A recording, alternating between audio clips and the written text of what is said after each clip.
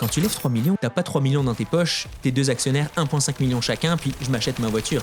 Pas du tout. T'as des gens qui sont avec toi, derrière ton épaule, tu sens leur respiration sur ton oreille, puis t'as de la pression d'atteindre tes objectifs. Mes entrepreneurs, je leur dis, vous voulez rentrer dans une arène de gladiateurs, vous voulez être le meilleur gladiateur, vous êtes jamais battu. Vous allez rentrer dans l'arène, vous allez vous faire déchiqueter.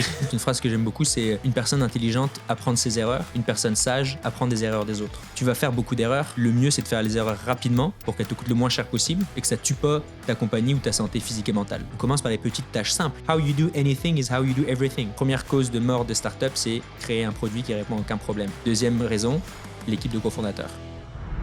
Bonjour à tous et bonne année 2026. On est ravis de vous accueillir pour la saison 2 de Maker. Qui dit nouvelle année dit nouvelle résolution. Et aujourd'hui, on vous amène dans l'univers du monde des startups.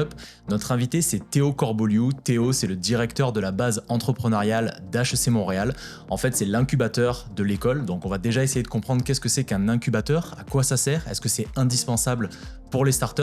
Sa mission, ça va être d'accompagner en fait les entrepreneurs aux différentes étapes de leur parcours et de leur processus. Donc, ça peut être de l'idée originale du premier produit ou encore des différents rounds de financement. On va également parler de l'émergence de l'intelligence artificielle. Est-ce que c'est positif? Est-ce que c'est négatif? Est-ce qu'aujourd'hui c'est plus simple pour un entrepreneur de se lancer en affaires? Il y a beaucoup d'outils qui peuvent l'aider, donc tout ça on va essayer d'y répondre ensemble. On a fini la saison 1 en 2025, puis on vous remercie vraiment de votre soutien pour les premiers épisodes. Pour l'année 2026, on a beaucoup d'invités de qualité qui s'en viennent. Rappelez-vous, on sort un épisode mercredi chaque 2 semaines, puis à chaque fois on va découvrir ensemble un nouvel univers. Ça peut être le sport, ça peut être les arts, l'entrepreneuriat. Donc si vous êtes curieux et vous voulez découvrir avec nous chaque 2 semaines un nouvel univers, vous pouvez nous retrouver sur la page YouTube Maker. Vous pouvez vous abonner pour ne pas manquer les prochaines sorties ou également nous retrouver sur les différentes plateformes d'écoute comme Spotify ou Apple Podcast. Donc merci de rejoindre la communauté et c'est parti tout de suite avec Théo pour l'univers des startups.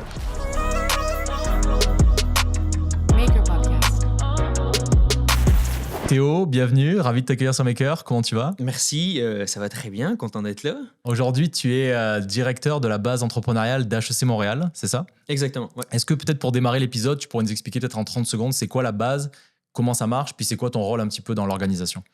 Oui, bien sûr. Effectivement, nouvellement directeur de cette organisation. Ça fait depuis 2021 que je travaille là.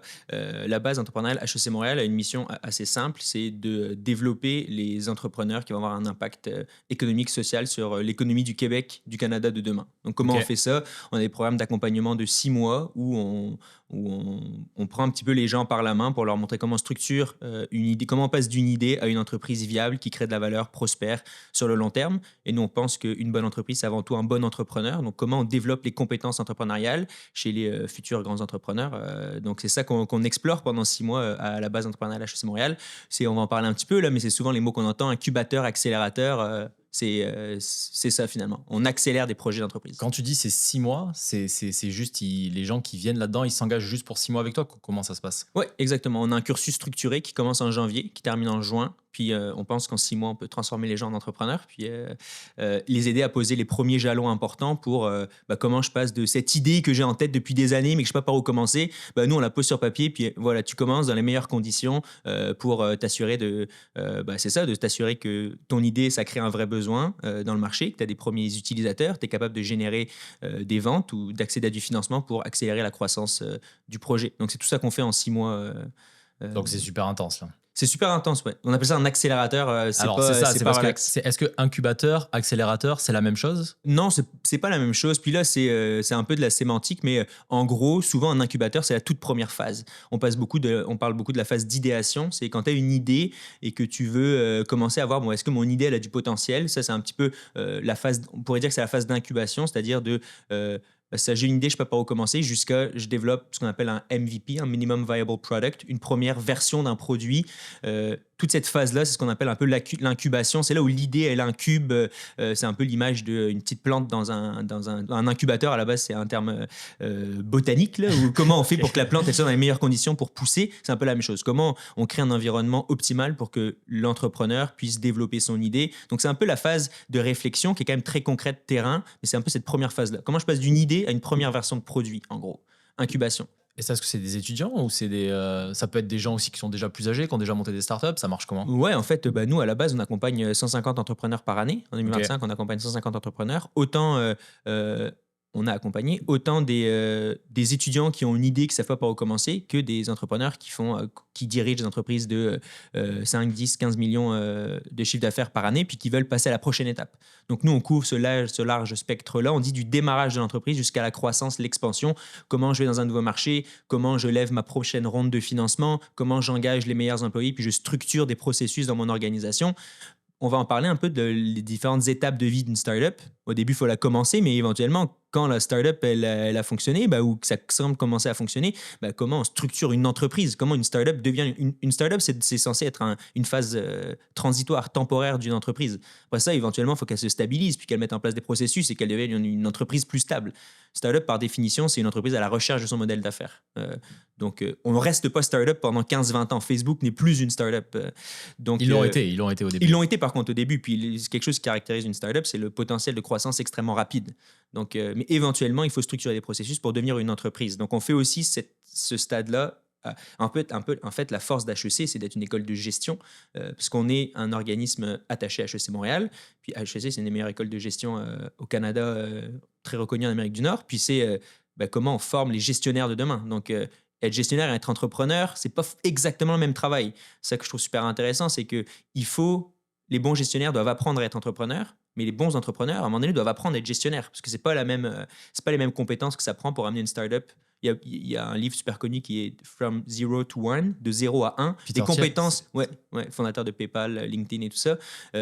Les compétences pour amener un projet, pour sortir un projet du sol et amener un projet de 0 à 1 sont pas forcément les mêmes que d'amener un projet de 1 à N. Donc, en fait, on fait tout ça à la base.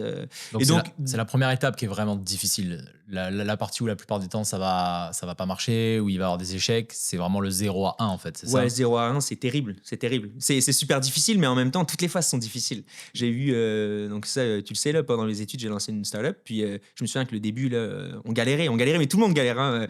On avait vraiment de la difficulté à trouver ce qu'on appelle le product market fit, c'est-à-dire le moment où tu te rends compte que le produit que tu développes, il répond à un besoin dans le marché. Et ce moment-là, c'est crucial, parce que sinon, en fait, personne ne paye pour ce que tu fais, et puis tu ne crées pas de valeur. Et que c'est pas juste dans ta tête. Exactement. Toi, tu y crois, mais personne n'y croit. Le moment où tu encaisses de l'argent d'un client, c'est comme, yo, quelqu'un a payé pour ce que je fais, là, c'est malade. Puis je me dis, une fois que je vais être capable de vraiment bien comprendre ça et le répliquer, donc générer beaucoup de revenus, je leur fais le plus dur, puis ça va être beau, la vie va être relax. Puis j'avais des amis qui ont eu beaucoup de succès, là, notamment Rodolphe Barrère, fondateur de Potluck, qui a lancé un petit peu avant. Il va peut-être venir d'ailleurs. Moi. Il est génial, Rodolphe. Puis lui, il a eu une ride incroyable avec Potluck. Puis je me souviens, il avait toujours, au début, 2-3 années d'avance. Puis finalement, nos trajectoires n'ont pas été les mêmes. Lui, il a une super belle croissance avec son entreprise. Il est à New York, là. Il est déménagé à New York. Okay. Puis lui, il me disait, non, Théo, c'est pas plus facile. C'est de plus en plus difficile, mais tu viens meilleur d'étape en étape, mais le processus est de plus en plus difficile. Donc, pour répondre à ta question, je pense que le début est extrêmement difficile, puis le risque est extrêmement élevé d'échec. La possibilité d'échec, je veux dire, si on regarde les statistiques, là, ne lancez pas de start-up. Moi, je vais vous convaincre de l'inverse, là, lancez une start-up, mais si vous regardez les statistiques, là, c'est terrible. Vous êtes mieux de trouver une job. Après HEC, beaucoup de gens allaient travailler. La plupart des gens allaient travailler chez L'Oréal dans les grandes entreprises, puis ils sortaient avec 60 000, 65 000 par année environ. Quand tu lances une start-up, là, au début, il y a peu de chances, puis en plusieurs années, il y a peu de chances que tu accèdes à ce genre de salaire-là. Et pendant longtemps, puis tu as des chances, après 4-5 ans, de te ressortir sans rien. On pourra en reparler plus tard. Là. Je sais que c'est un contenu que tu veux couvrir, mais voilà, c'est très risqué. Le début est très risqué. Après ça, c'est constamment difficile. C'est constamment difficile parce que tu fais quelque chose que personne n'a jamais fait, en fait. C'est ça le plus dur. Là. Moi, je dis souvent, dans notre vie, on a toujours eu quelqu'un qui nous a dit quoi faire. Quand t'es petit, tes parents ils t'éduquent, ils te disent quoi faire. À l'école, on te dit regarde, fais tes devoirs, fais ça. Si tu fais tel examen, tu vas avoir une bonne note à l'examen. Si tu arrives sur le marché de l'emploi, tu as un boss qui va dire bah voilà tes priorités cette année, voici tes priorités cette semaine. Puis on te dit un peu quoi faire. On te dit c'est quoi le succès. Quand tu te lances en affaires, personne n'est derrière toi pour te dire c'est quoi le succès. Tu te dis je veux faire quelque chose que personne n'a fait avant. Puis tu es dans l'incertitude en fait. C'est ça que je trouve extrêmement difficile. Et c'est pour ça que quand je rattache à ce qu'on fait à la base, selon moi, la plus grande valeur qu'on apporte, c'est qu'on aide les gens à devenir à l'aise dans l'incertitude et eux-mêmes se doter des compétences pour être comme je sais quoi faire, je sais c'est quoi mes objectifs cette année, et ils sont capables d'agir sur leur vision, sur leurs rêves. C'est ça qui est tough. Et c'est pour ça que c'est important de se retrouver en cohorte avec d'autres entrepreneurs, parce que si t'es tout seul dans ton garage, souvent tu sais pas quoi faire, puis tu perds un peu ton temps, tu tournes en rond. T'as pas d'exemple, t'as pas de mentor, tu sais pas. Ok. Si je comprends bien, je résume un peu ce que tu dis. T'as l'incubateur, c'est vraiment l'idée de base, comme tu dis, un peu comme de la botanique, faire grandir la fleur pour que ça émerge et avoir un premier produit. On va y revenir. Ouais. Et après, tu as l'accélérateur, où ça peut être déjà des gens qui ont déjà un produit, qui sont déjà plus établis, qui ont déjà peut-être fait des rounds de financement et qui veulent passer à la prochaine étape. C'est ça? Ouais, c'est ça. En gros, dans le jargon, l'incubateur, c'est de le tout début et l'accélérateur, c'est en fait dès qu'il y a quelque chose à accélérer. Donc, est-ce que Ouais, souvent, t'accélères pas rien du tout. Ouais. t'accélères pas rien, tu sais, Ouais, ok. donc il faut que tu cours un petit peu avant de pouvoir courir plus vite là. Donc si on reprend l'idée de la fleur, imaginons que ta fleur c'est parti d'une petite graine puis là finalement elle a grandi. Ben, c'est quoi tout ce que tu peux mettre sur cette fleur là pour qu'elle pousse beaucoup plus vite, mais il faut qu'elle ait commencé à pousser.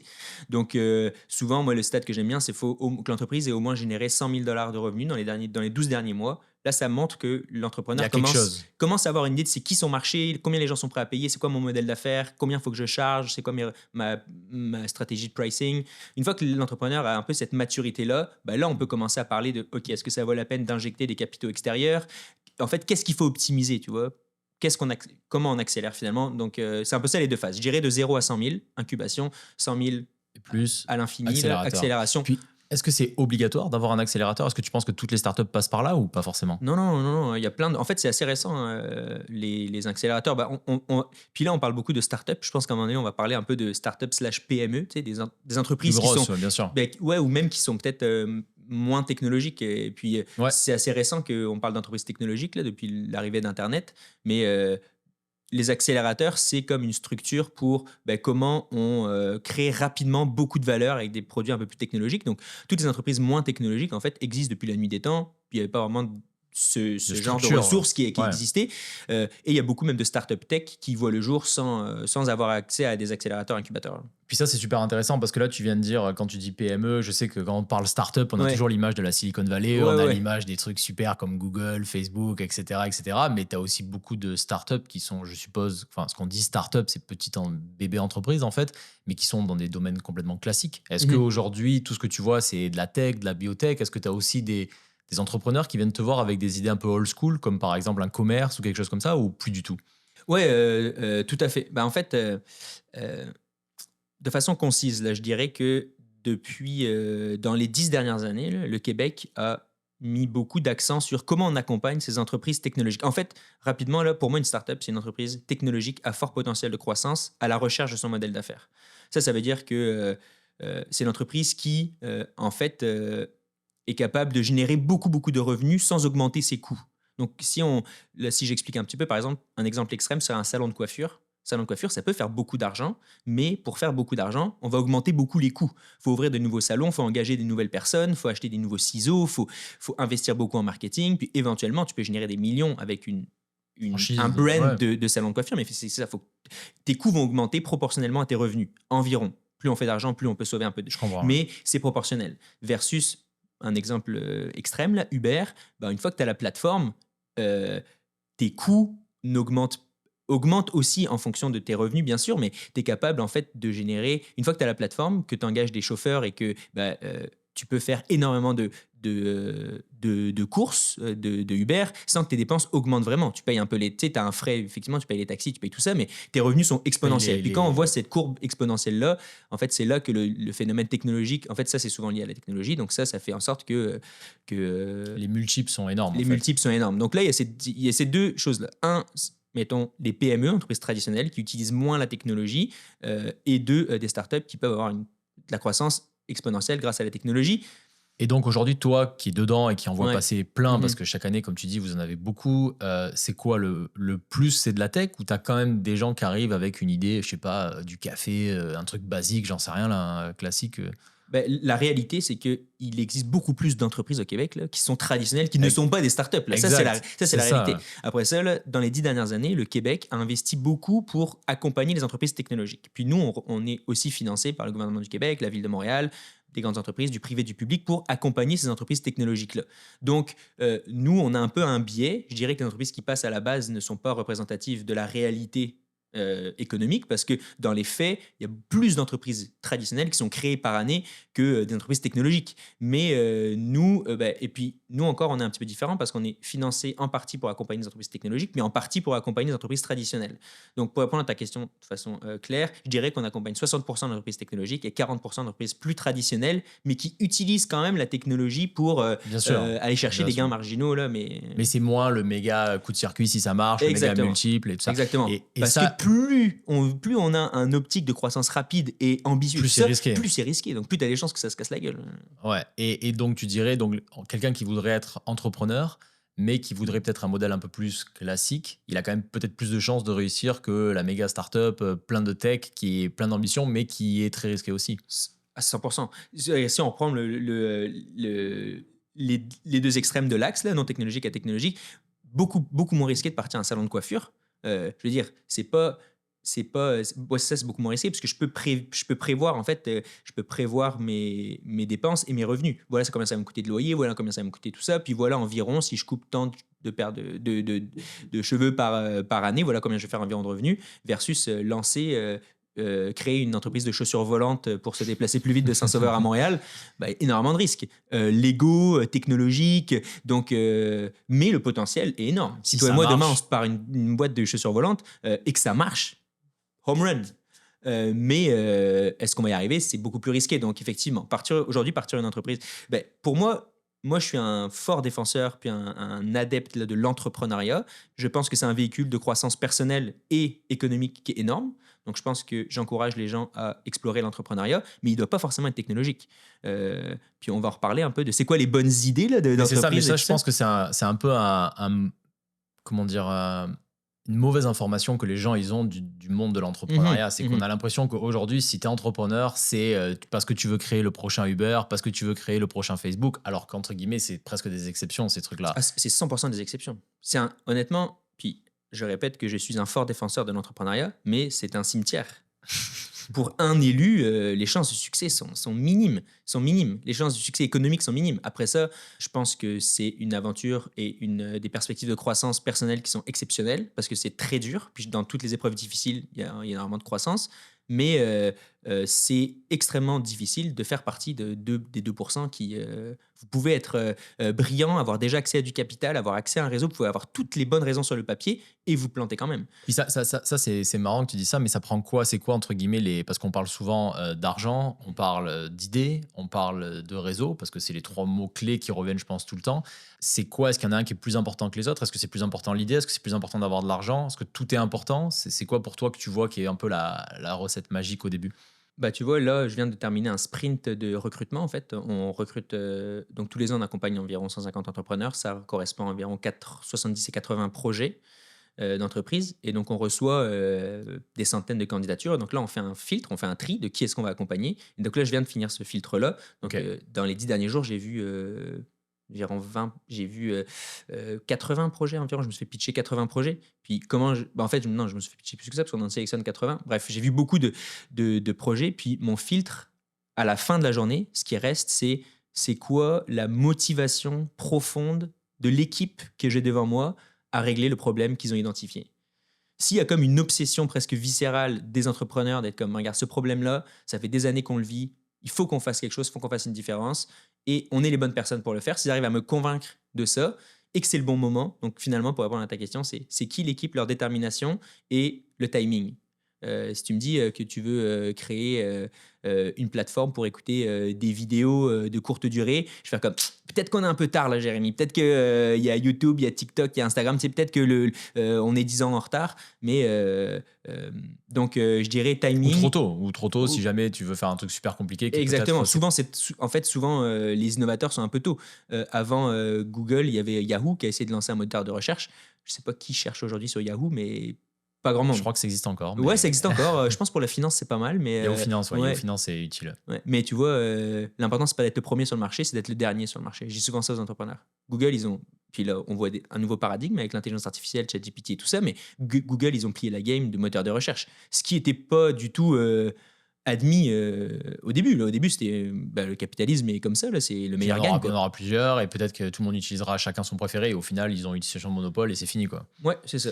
Et là, donc là, tu dis que tu as eu donc plein de gens qui sont venus pitcher. Ouais. C'est un peu, est-ce que tu te sens un peu comme dans L'œil du dragon L'Œil du ou dragon. dans les trucs en Ouais, France d'entrepreneurs où tu écoutes sur le siège et tu dis non, c'est pas bon ton idée, c'est comment ça se passe? C'est ça. Puis ça, merci de me relancer là-dessus. C'est que ça, c'est super important, ce que tu as dit en parlant de l'idée. Déjà, je prends ce rôle avec beaucoup d'humilité parce que c'est un peu aussi le destin de certaines personnes là, qui nous font super confiance. Oui, bien D'avoir le sûr. stamp de HEC Montréal sur leur parcours de start-up, ça peut faire une grande différence. De genre. Et on a été sélectionné, on a cette petite tape dans le dos d'une institution reconnue de ce qu'on fait finalement. Ils doivent être stressés non, Ouais. devant toi un peu. Et donc, il y en a un hier qui a fait Bonjour les dragons, qui a commencé Mais comme non, ça. c'est vrai, incroyable. Mais c'est pas, tu sais, notre rôle, on n'investit pas, on n'investit pas directement de l'argent dans les entreprises, donc notre rôle est quand même différent. Là, on n'est pas des T'es investisseurs. là pour accompagner, t'es On pas est là là pour pour mettre de l'argent sur la accompagner, table. Ouais. mais être accompagné par là-bas, ça vaut, suivant le programme que les entrepreneurs font, ça vaut entre 15 et 50 000 dollars. C'est un Ouais. peu ça que ça nous coûte. Puis ils n'ont Donc, pas d'argent, ces gens-là, donc pour eux, c'est super important. c'est de l'accompagnement gratuit, ça coûte rien, on prend pas d'équité, on prend pas de part dans les entreprises. Donc, Exact, tu vois, ouais, en plus. honnêtement, c'est une aide. Tantôt, quand tu disais est-ce que tout le monde fait un parcours d'incubation-accélération, non. Mais si vous êtes en démarrage, que vous avez des questions, faites-en un. Puis il y a la base, mais il en existe une dizaine de très bons incubateurs à Montréal. C'est gratuit, c'est un no-brainer. Allez en faire un, vous allez avoir de l'aide, puis donc ça vaut la peine. Donc ça, c'est pour toi, quelqu'un qui aurait une idée, ça serait peut-être la première étape, vraiment. Avant de partir, rester dans son coin et tout, si tu as envie d'apprendre. Parce que je trouve que cet écosystème, il est quand même complexe, hein, honnêtement. Et puis regarde, toi, ça fait bientôt une dizaine d'années que tu es là-dedans. Au début, quand tu as commencé ton truc, tu sais pas, tu essaies, tu as une vision, en fait, c'est pas du tout ça. Et en fait, tu te rends compte que tu as besoin d'être entouré, comme tu disais, d'autres entrepreneurs qui te disent non, non, regarde, le chemin, il est par là et il faut aller là-bas, quoi. 100%. 100%, moi, ça fait une grande différence. Une phrase que j'aime beaucoup, c'est une personne intelligente apprend de ses erreurs, une personne sage apprend des erreurs des autres. Un incubateur, ça t'aide à apprendre des erreurs des autres. Quand tu pars une startup ou une entreprise, tu vas faire beaucoup d'erreurs. Le mieux, c'est de faire les erreurs rapidement pour qu'elles te coûtent le moins cher possible et que ça tue pas ta compagnie ou ta santé physique et mentale. Donc, on fait des erreurs le plus tôt possible, puis on évite les grosses erreurs en parlant à des gens qui ont déjà fait ces erreurs. Puis la force d'HEC, encore une fois, c'est on a un Robert Dutton, on a des mentors. des Monsieur Godin de CGI, Transcontinental, des grosses entreprises québécoises font partie du réseau HEC. Donc, on est entouré de gens qui ont amené des business de 40 millions à 5 milliards. Donc, on a cette profondeur-là. Je veux juste revenir sur quelque chose que tu as dit tantôt. Là. Quand je vois passer les pitchs, j'essaye toujours de me détacher de l'idée. Ça, c'est quelque chose d'important que je veux communiquer. Les entrepreneurs sont souvent stressés de partager leur idée. Puis je vais le dire de façon un peu crue et directe, une idée, ça vaut rien. C'est un peu personnel comme avis, puis c'est un peu extrême, j'en ai conscience, mais selon moi, une idée, ça vaut vraiment pas grand-chose. Une idée, je dis parfois l'image que c'est un peu comme une paire de chaussures pour courir une course. Pas parce que tu as les chaussures que tu vas gagner la course, là. C'est comment tu cours avec ces chaussures-là. Même deux personnes pour avoir la même paire de chaussures, puis ils vont pas forcément finir la course dans le même temps. Ouais, Donc, une idée, c'est un peu un prétexte pour commencer à courir la course, finalement, à te lancer en affaires. Ce qui est important, finalement, c'est la capacité de l'équipe d'exécuter. Là, j'ai partagé mon idée de créer une entreprise de chaussures volantes là, pour skipper le trafic à Montréal. N'importe qui, demain, peut essayer de lancer une entreprise de chaussures volantes. Si les idées avaient de la valeur, il y aurait une plateforme qui vendrait des idées. Il n'y a pas de plateforme là où tu peux payer un membership, là, $50 par mois, puis tu as accès à toutes les bonnes idées. T'sais. Ça n'existe pas. Pourquoi? Parce que ça ne vaudrait pas grand-chose. Ce qui est important, c'est un peu comme ce que j'ai dit, la capacité finalement de l'équipe à agir sur cette idée. Puis comment on passe d'une idée à quelque chose qui apporte une solution pour une communauté qui règle un problème et qui est capable de générer des revenus finalement dans un monde capitaliste avec une entreprise incorporée. Là. L'idée, c'est aussi de générer des revenus. Après ça, on accompagne aussi des OBNL, des coops. L'externalité finale n'est pas forcément avec l'entrepreneuriat de générer des revenus, mais en tout cas, doit avoir une obsession des équipes à régler un problème. Si on ne veut pas régler de problème, selon moi, on est ce qu'on fait tôt ou tard va nulle part. Puis en fait, la première cause, on parlait un peu que c'était difficile, la première cause de mort pour une startup, tu dirais que c'est quoi? C'est l'humain, c'est l'entrepreneur, c'est l'exécution, non? C'est comment tu vas amener ton idée à la réalité, en fait. Ouais. En fait, souvent dans les graphiques, ce qu'on voit, c'est la solution ne répond à aucun problème. Donc, c'est de se rendre compte que ce qu'on a pensé depuis des années, ce qu'on essaie de faire, Au final, finalement, ça sert à rien, puis tout le monde s'en fout. Puis mon exemple de chaussures volantes, c'est peut-être ça la réalité. Peut-être que, imagine, toi et moi, demain, on se part en business, on lève 1 million de dollars parce qu'on a des contacts et tout ça. On travaille 1 an dans notre sous-sol à bâtir une première prototype de chaussures volantes. On le met sur le les marché. chances qu'on meure aussi au premier essai. C'est vrai qu'il y a un vrai risque physique à faire des tests dans notre garage. Enfin, un grand garage.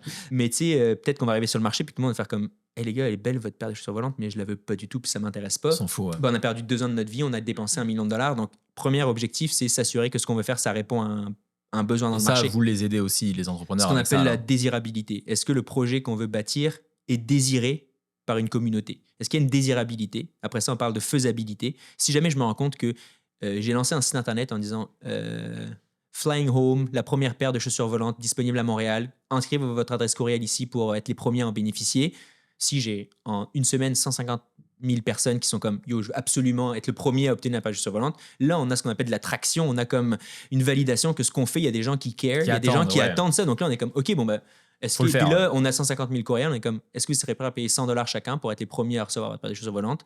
Là, on a genre 10% de ça qui sont comme, OK, qui font un chèque, qui payent. Là, on a de l'argent dans le compte en banque. On a une vraie validation, qu'on a des gens qui désirent avoir ça. Puis là, on peut commencer la recherche et développement, à engager des ingénieurs, à essayer de créer notre produit. Là, on s'embarque dans la faisabilité. Est-ce qu'on est capable de concrètement, techniquement créer les chaussures volantes? Puis après ça, la troisième étape, c'est la viabilité. Est-ce qu'on peut vendre les paires de chaussures volantes assez chères, que ça couvre nos coûts, qu'on est capable de se payer des salaires corrects, générer des profits pour nos investisseurs si on a levé du financement, et en plus de ça, arriver à un prix qui est intéressant pour les clients. Donc désirabilité, faisabilité, viabilité. Le problème, c'est que beaucoup de gens font pas les étapes dans ce sens-là.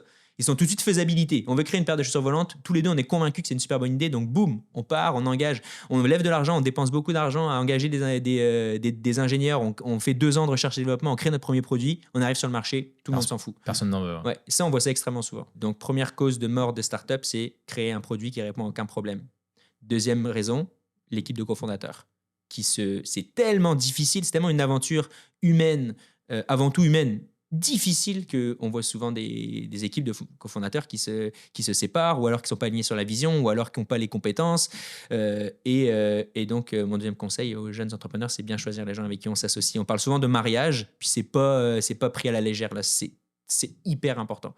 Puis tu as parlé un peu d'intelligence artificielle rapidement. Là, c'est sûr que je pense que tu dois avoir beaucoup d'entrepreneurs qui s'en vont dans cette direction-là. Moi, j'avais une question pour toi par rapport à ça. Est-ce que l'intelligence artificielle est un outil que la plupart des gens doivent utiliser aujourd'hui en tant qu'entrepreneur? Parce qu'avant, il fallait avoir des gens compétents dans différents domaines. Aujourd'hui, ton chat GPT, c'est un peu presque qui peut être les autres membres de ton équipe, en fait. Donc, est-ce que tu vois des entrepreneurs, des solo-entrepreneurs qui utilisent à fond l'intelligence artificielle? Est-ce que tu penses que c'est bénéfique? Ou est-ce que tu penses qu'au contraire, ça peut être un danger parce qu'il vaut mieux avoir des vrais humains?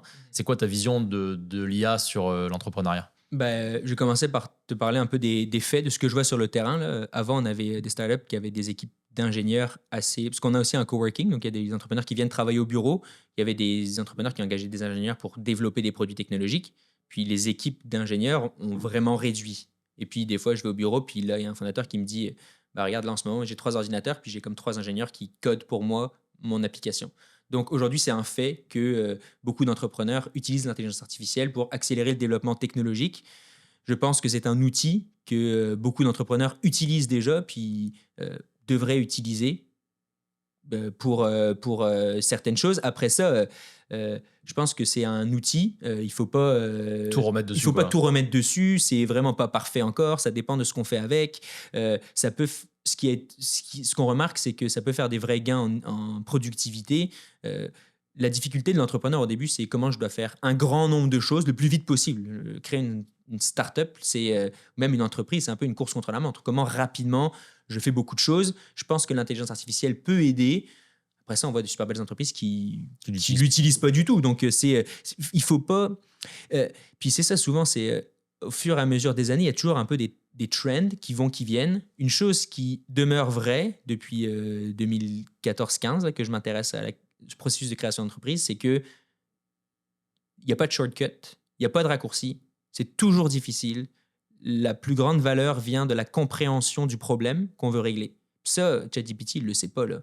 Si on veut créer une paire de chaussures volantes, on peut demander à ChatGPT combien de personnes font le trajet Blainville-Montréal chaque jour, mais il faut parler à des gens qui vivent le problème, il faut voir exactement c'est quoi le problème. Donc, il n'y a pas de shortcut, ça peut aider à faire plus vite, mais ça aide pas à faire. Moi, je dis souvent ça, la technologie, ça aide pas à faire, ça aide à faire plus. Pour faire, il faut être, encore aujourd'hui, selon moi, il faut être humain, il faut être capable d'empathie, d'intelligence émotionnelle, d'une compréhension complexe, systémique d'un enjeu. Donc, il ne faut pas se reposer sur l'intelligence artificielle pour créer sa business, mais ça peut aider à faire plus vite et à gagner en efficacité. Et gagner en coût aussi, parce qu'il y a plein de trucs à l'époque qui coûtaient cher, qui aujourd'hui tu peux avoir 100%. pour 20 dollars par mois, quoi. 100%. Ouais, ouais. On voit des entrepreneurs qui, avant, tu vois, moi, quand j'ai lancé ma startup, j'avais pas de développeur technologique. Bah, à un moment, j'étais un peu coincé, tu vois.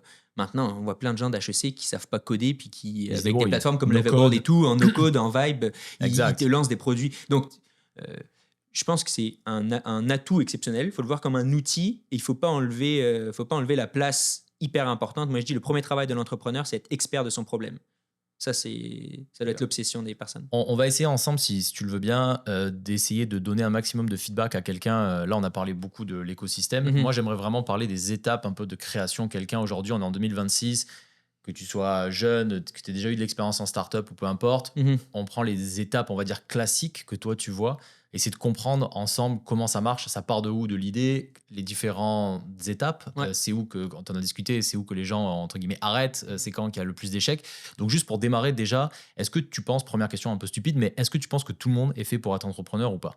Bah, en fait, ça dépend, ça dépend c'est quoi ça dépend la définition de chacun de l'entrepreneuriat. Pour créer une startup technologique à fort potentiel de croissance, ce dont on parle beaucoup depuis le début, je pense pas. Après ça, pour créer un projet de zéro, finalement, être entrepreneur, c'est rassembler des gens, des ressources pour régler un problème. C'est un peu à ça que je le ramène. N'importe qui pourrait faire ça. Je pense qu'il faut avoir assez envie de régler un problème, d'être comme, regarde, moi j'ai été, l'autre jour, je suis passé devant une banque alimentaire.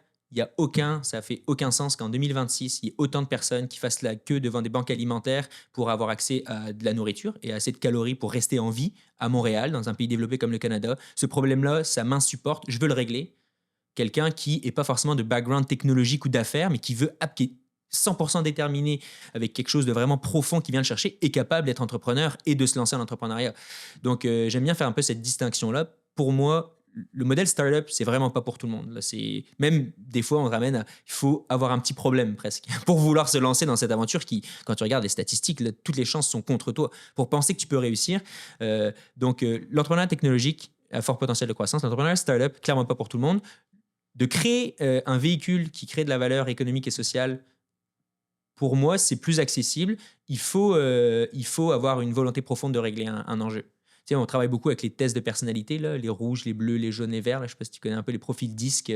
On voit que plus d'entrepreneurs dans certains profils de personnalité, mais tous les profils de personnalité pourraient entreprendre et pourraient vous lancer une entreprise. Donc, c'est un peu ça ma réponse. Finalement, c'est pas oui, non, là, mais Non, peu non, de c'est nuances. bien, c'est vrai. Et puis, je pense que le côté startup où tu as le risque, les multiples, tout ça, c'est vraiment pas fait pour tout le monde. Et je 100%. pense que on est un peu brainwashé à travers les réseaux sociaux, tout ça, à se dire oui, la méga boîte qui a explosé, j'ai fait plein d'argent et tout. Mais comme tu dis, c'est le 1 One sur in a 1 million. million. Ouais, c'est ça. Donc, au bout d'un moment, peut-être que quelqu'un qui a juste des idées de base sur un concept et qui veut juste le faire bien peut être un super entrepreneur à sa sauce sans forcément avoir une idée révolutionnaire, c'est ça? 100%. Quand on regarde les plus grosses entreprises du Québec, là, une des plus grosses entreprises canadiennes, c'est Couche-Tard. Le gars, il a acheté des petits magasins, il a acheté des dépanneurs. Euh, il crée de la valeur énorme, énorme, énorme. Couche-Tard, Alain Bouchard, je veux dire, il a acheté des dépanneurs puis il s'est dit comment est-ce que je règle ce problème-là d'accès à des commodités partout au pays, quoi. Rona, il vendait des clous. Robert Dutton, avec Rona, il vendait des clous. Il a vendu 5 milliards de clous par année. Tu peux créer des grosses business. Puis pour moi, ce que je trouve génial de créer des grosses entreprises, c'est que tu as un impact qui est énorme. Tu emploies des gens, tu crées de la valeur, tu as la chance de développer des écosystèmes. Ce qu'il a fait Robert Dutton avec Rona, c'est qu'il n'a pas juste vendu des clous, il a aidé plein d'entrepreneurs québécois à créer des grosses entreprises. Sico, qui vendait un peu de peinture ici et là, il a fait non, regarde, moi, tu vas être mon fournisseur unique. Donc, tous les pots de peinture qui vont être vendus chez Rona, ça va être avec Sico. Donc, il a créé finalement, il a élevé beaucoup d'entreprises au Québec. Si beaucoup d'entreprises au Québec font plus d'argent, ils engagent plus de monde, qui font plus d'argent, ben, on élève toute une société. Donc, moi, c'est ça que je trouve exceptionnel. Et puis, ça, tu n'as pas besoin de créer une tech pour faire ça. Tu peux vendre des clous puis avoir un C'est impact clair. énorme. Et au Québec, puis partout dans le monde, la plupart des entreprises sont non technologiques puis vendent des choses très simples. C'est juste qu'elles sont moins sexy. C'est moins sexy, mais l'entrepreneuriat, c'est beaucoup sexy sur le papier, mais quand on commence à y goûter, là, ça devient beaucoup moins sexy. Manger des soupes ramen à 1 dollar pendant 1, 2, 3 ans, là, si tu parles à Rodolphe, là, tu verras que du ramen au million, là, c'est le titre de son livre qu'il écrira peut-être un jour, là, mais c'est pas sexy la vie d'entrepreneur. Là. Puis c'est ça, des fois, moi, c'est une des choses que. Parce que moi, je les vois, les entrepreneurs d'HEC, qui ont des bonnes notes, qui ont accès à un peu de capital, qui ont un réseau et tout ça, qui sont comme, regarde, moi, je vais me lancer, qui parfois manquent un peu d'humilité. C'est une expérience Ah, mais au moins, ils le qui font. te ramène. Ah non, 100%. Puis ça, on va y revenir. Là. La première chose à faire, si tu veux le faire, c'est de le faire. C'est ça, parce que ma première question, c'était OK, quelqu'un qui veut se lancer, Ouais. c'est quoi le premier conseil ou c'est quoi la première étape? C'est juste vouloir y aller 100%. et découvrir. En fait, il faut être curieux surtout aussi, non? Ouais, il faut être curieux, puis il faut avoir.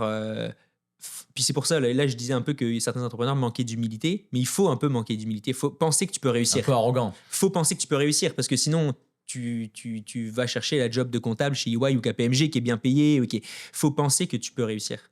Et puis moi, mon travail, c'est beaucoup ça, c'est donner confiance aux gens que, regarde, il n'y a pas beaucoup de chance, mais il y a un monde dans lequel ce que tu me pitches là, ça va arriver, puis moi, je vais faire tout ce que je peux pour t'aider à que ça arrive.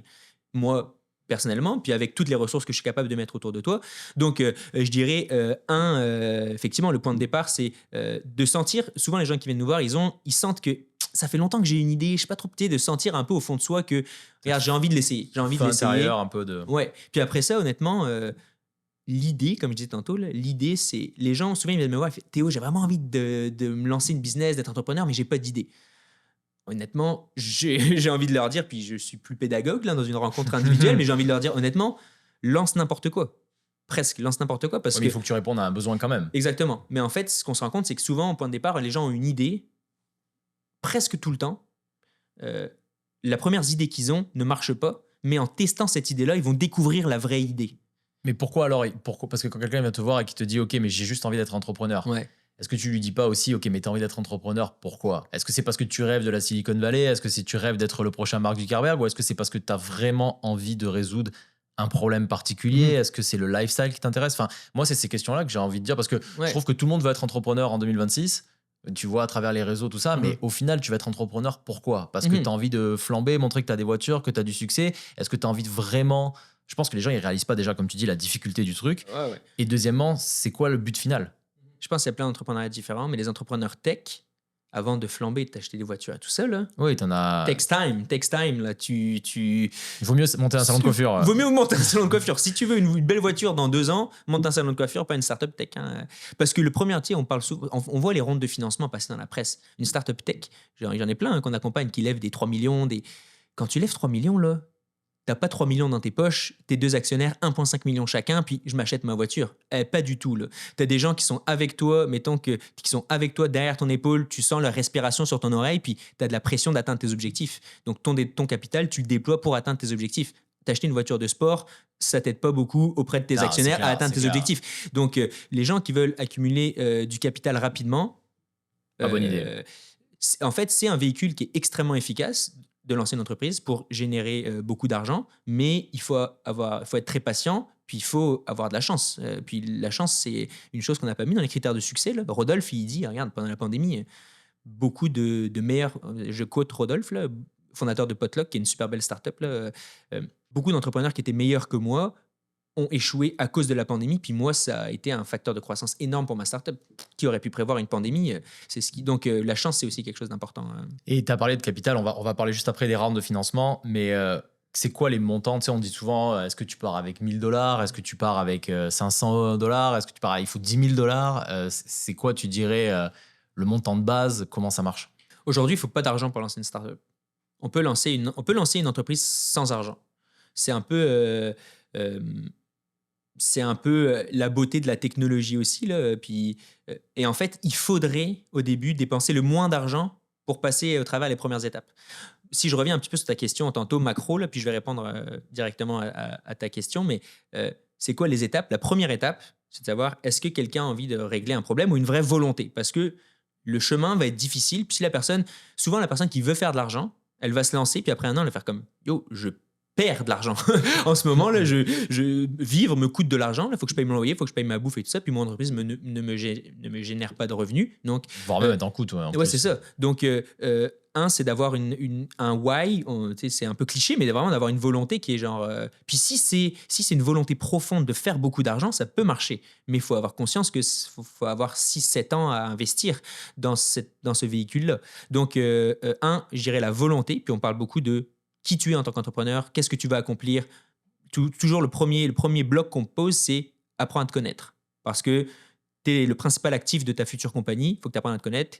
C'est quoi que tu es prêt à sacrifier, c'est quoi tes objectifs, c'est quoi la vie personnelle que tu as envie d'avoir, c'est quoi la vie professionnelle que tu as envie d'avoir, c'est quoi le lifestyle que tu as envie d'avoir. Il faut que tu répondes à toutes ces questions-là pour être capable de passer au travers des moments difficiles. Premier bloc, c'est ça. Deuxième bloc, c'est quoi le problème. C'est quoi le problème que tu veux régler, puis devenir expert de ce problème-là. Qui est-ce qui le vit, ce problème? Ils sont combien les gens à vivre ce problème-là? C'est quoi le marché? Ah, je remarque qu'il y a moins en moins de gens qui fument, je veux lancer une nouvelle marque de cigarettes.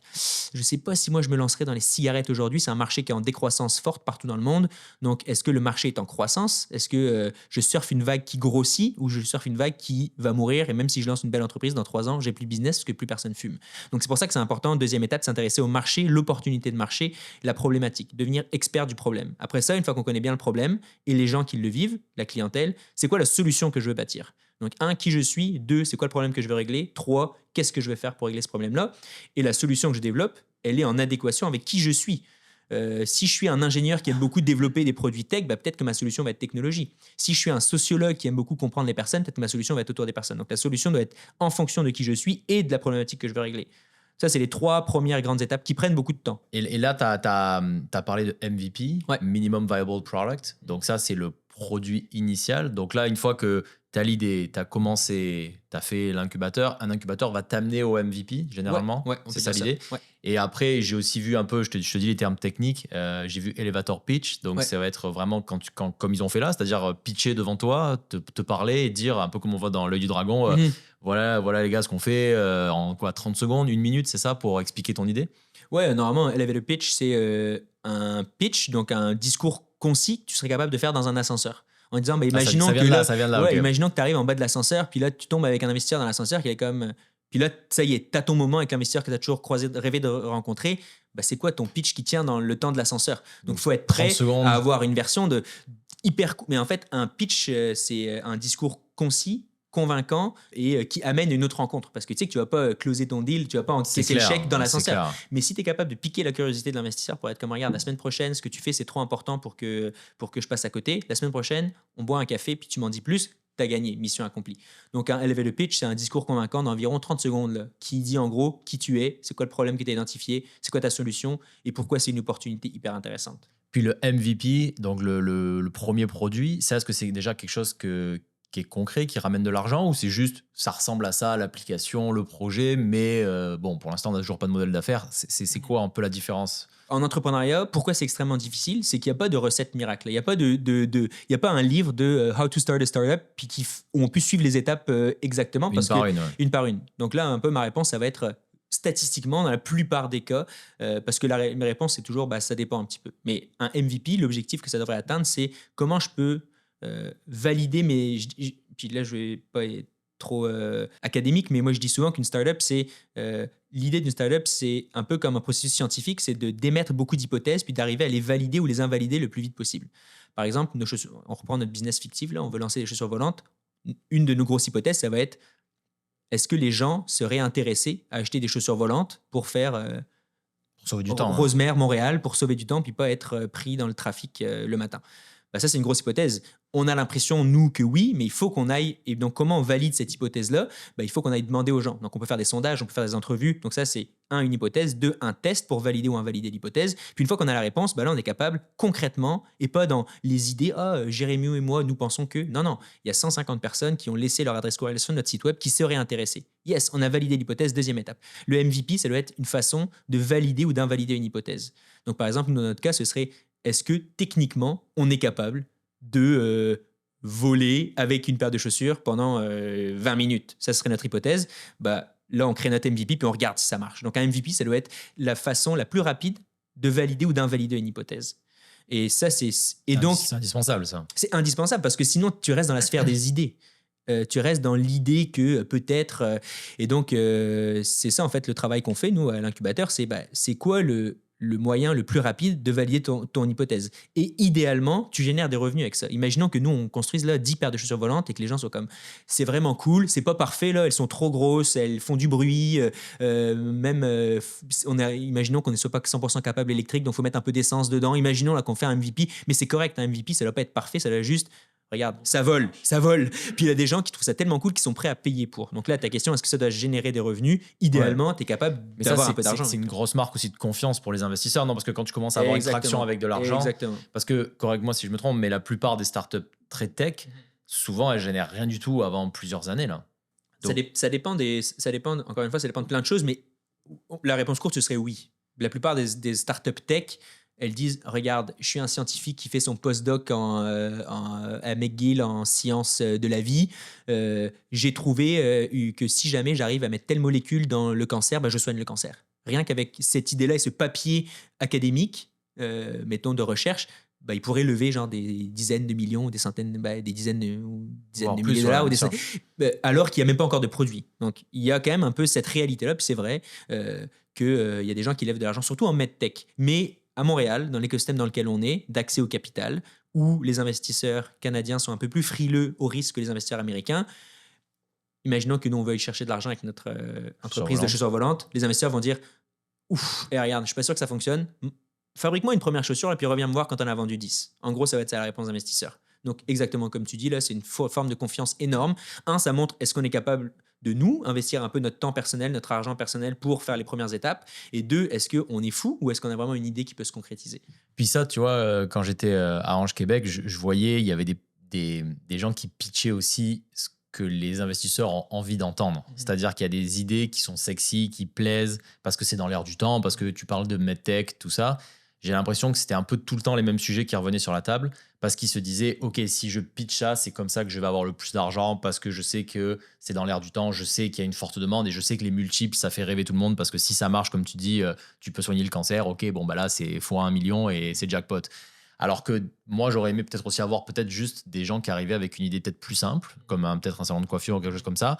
Peut-être pas avec des multiples incroyables, mais avec un vrai plan concret, parce que ça reste quand même très difficile à comprendre tous ces trucs-là. Même les investisseurs qui mettent de l'argent là-dedans, ils sont pas experts de comment soigner le cancer, là, c'est compliqué. 100%. C'est pour ça que souvent des modèles comme Ange Québec, puis corrige-moi si je me trompe là, mais c'est souvent il y a un lead investisseur qui connaît le space, puis qui est comme, regarde, moi, je connais le gars, c'est une référence d'un prof qui fait ça, je connais le fondateur, ça semble solide ce qu'ils font, ils sont déjà bien avancés dans la recherche, je mise dessus, puis si cet investisseur embarque, tous les autres sont comme, ok, regarde, il y a de l'argent à faire, je suis. Donc effectivement, la plupart des investisseurs comprennent pas vraiment, ça arrive très souvent que les investisseurs ne comprennent pas le space dans lequel ils investissent, parce que, puis c'est aussi, le travail d'investisseur, c'est pas forcément d'être expert de tous les spaces, mais puis tu vois, ça c'est un point important, là, beaucoup d'entreprises qui lèvent, qui vont accéder à du capital extérieur pour grandir, donc qui font appel à des investisseurs. Souvent, l'objectif s'éloigne un peu de faire de la rentabilité. Normalement, une entreprise doit générer des revenus pour payer ses coûts, ses actionnaires, ses employés, tout ça. Puis quand tu lèves de l'argent, en fait, c'est comme si tu étais imaginons un corps qui ne mangeait plus, qui était en intraveineuse, puis qui avait de l'énergie en intraveineuse, donc il n'y avait plus besoin de manger. C'est un peu pareil, là, c'est une entreprise qui artificiellement propulse sa croissance avec des capitaux extérieurs, mais détaché de ce qu'on dit depuis tantôt, là, est-ce que je réponds à un problème? Tu n'as plus besoin de répondre à un problème parce que tu as de l'argent de toute façon.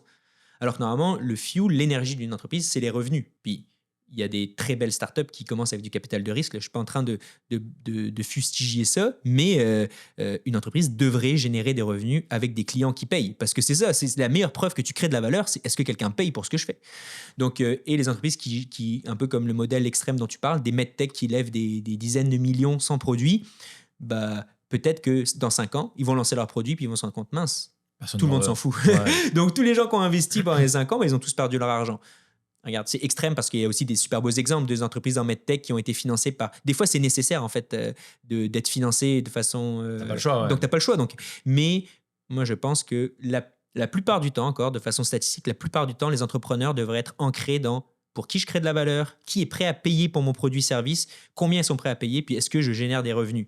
La meilleure façon de savoir si vous avez une bonne business, c'est est-ce que vous générez des revenus. Donc, l'objectif numéro 1, là, on reprend les différentes étapes, là, c'est 1, qui je suis, 2, c'est quoi le problème, 3, c'est quoi ma solution, 4, combien je génère de revenus, puis est-ce que je suis capable de générer des revenus, là. Et quand on parlait, si je reviens à ce que je disais tantôt, là, qu'est-ce que je cherche quand j'entends des pitchs d'entrepreneurs, c'est est-ce que ces gens vont être capables de faire ça? Extrêmement difficile, extrêmement, extrêmement difficile. La grande majorité des entreprises s'arrêtent avant de générer $1 de revenus. Parce que les entrepreneurs sont trop dans leur idée de moi, je veux créer le futur Airbnb, puis en tant que consommateur, quand on va sur Airbnb, c'est magnifique, c'est très beau, là, tout est beau. Sauf que la réalité, quand tu lances une startup, c'est que ton premier produit, il est tout pourri. Là. Il est Dégueulasse, tout ouais. pourri et il faut être prêt à ça. Il faut être prêt, avant de faire 1 million, il faut faire $10, faut faire $100, faut faire 100 000, faut faire 1 million. Puis ça, c'est des escaliers, c'est des étapes. On ne fait pas du jour au lendemain 0 à 1 million. Et ces premières étapes-là, elles sont messy, elles sont un peu à la C'est débrouille. chaotique, ouais. C'est ça. chaotique. Il faut être prêt à faire ce travail-là parce qu'il faut aller chercher les premiers dollars pour être proche du marché, générer des revenus, puis sortir peut-être de aller chercher les capitaux extérieurs. La meilleure façon de financer la croissance de ta compagnie, c'est Ah bah, chercher. c'est clair, c'est l'idéal. Juste pour revenir sur le financement des différents rounds, etc. Mhm.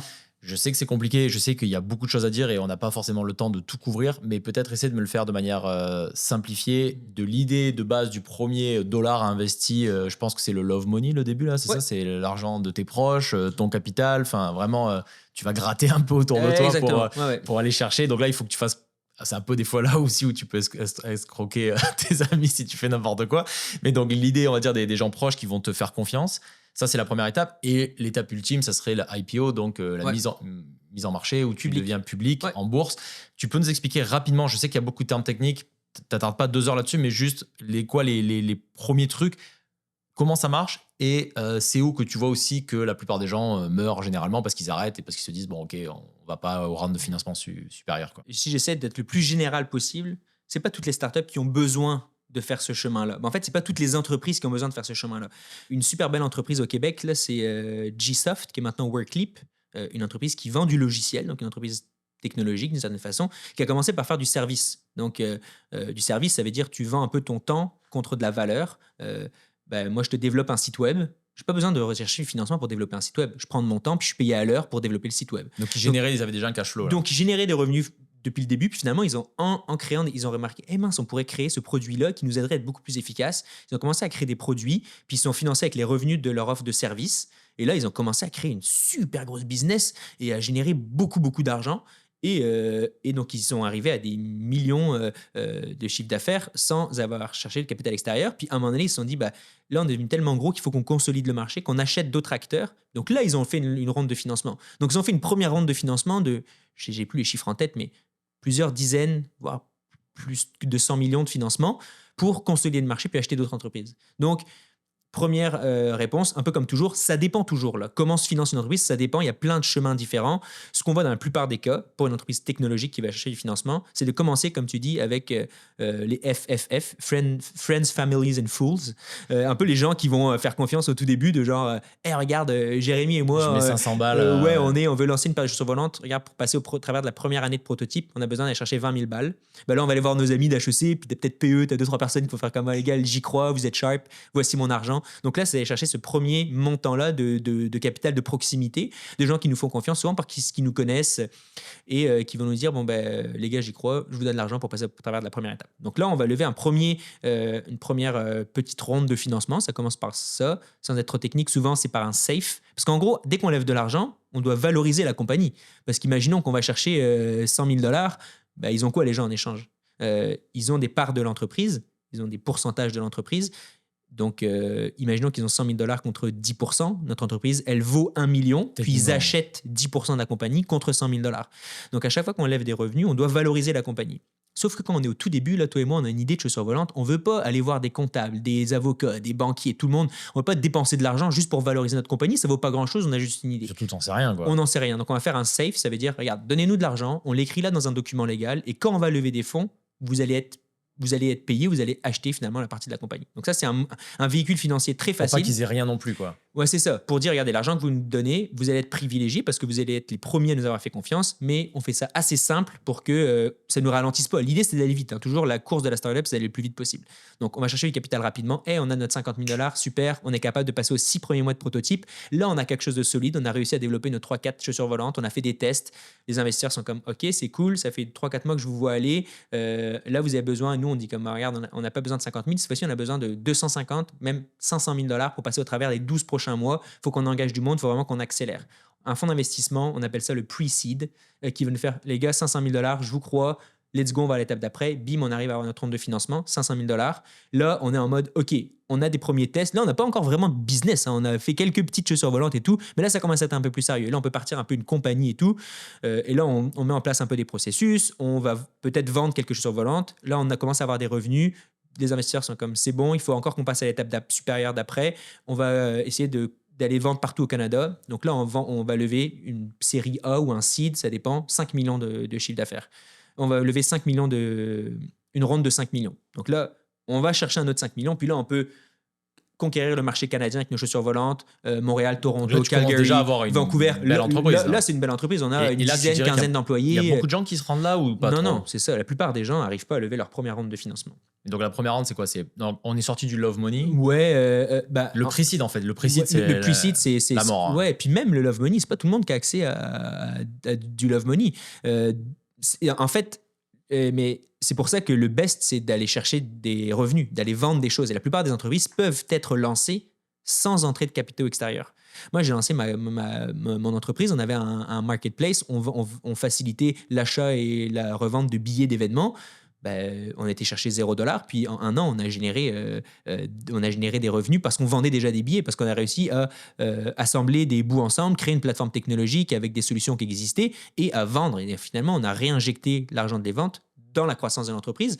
Puis après ça, éventuellement, on a pu aller chercher de l'argent un peu à droite à gauche, mais on n'est pas obligé d'avoir accès à ce chemin-là de ronde de financement. Parce que souvent, il y a aussi une des barrières à l'entrepreneuriat, c'est que les gens sont comme, regarde, moi, ma famille, elle n'a pas vraiment d'argent, j'ai pas vraiment d'amis qui ont de l'argent, moi-même, j'ai pas assez d'argent. On est capable aujourd'hui au Québec de lancer une entreprise sans fonds propres parce que le gouvernement du Québec, soit à travers les incubateurs qui sont gratuits, soit à travers les bourses à l'université, les bourses dans l'écosystème. Tu as beaucoup d'outils Il y pour a t'aider, beaucoup quoi. d'outils pour aller chercher un 50 000 $ sans mettre zéro de sa poche. Donc, il ne faut pas voir forcément l'accès au capital comme un frein. Ça l'est éventuellement. Je ne veux pas minimiser le rôle de l'argent dans le lancement d'entreprise. C'est super important d'avoir accès à du capital, surtout pour aller vite.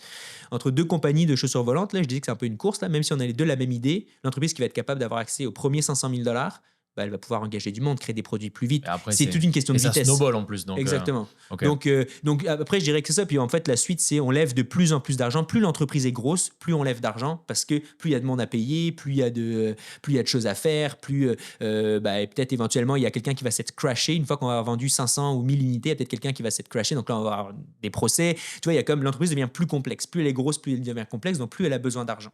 Donc normalement, on lève une première ronde de financement avec des proches, une première ronde de capital de risque, une deuxième, troisième, quatrième, et éventuellement, quand l'entreprise est très grosse, là, on va ouvrir l'entreprise au marché public, on va faire un IPO, Initial Public Offering. On n'est vraiment pas obligé, il y a des très belles entreprises qui sont très grosses et qui sont 100% privées.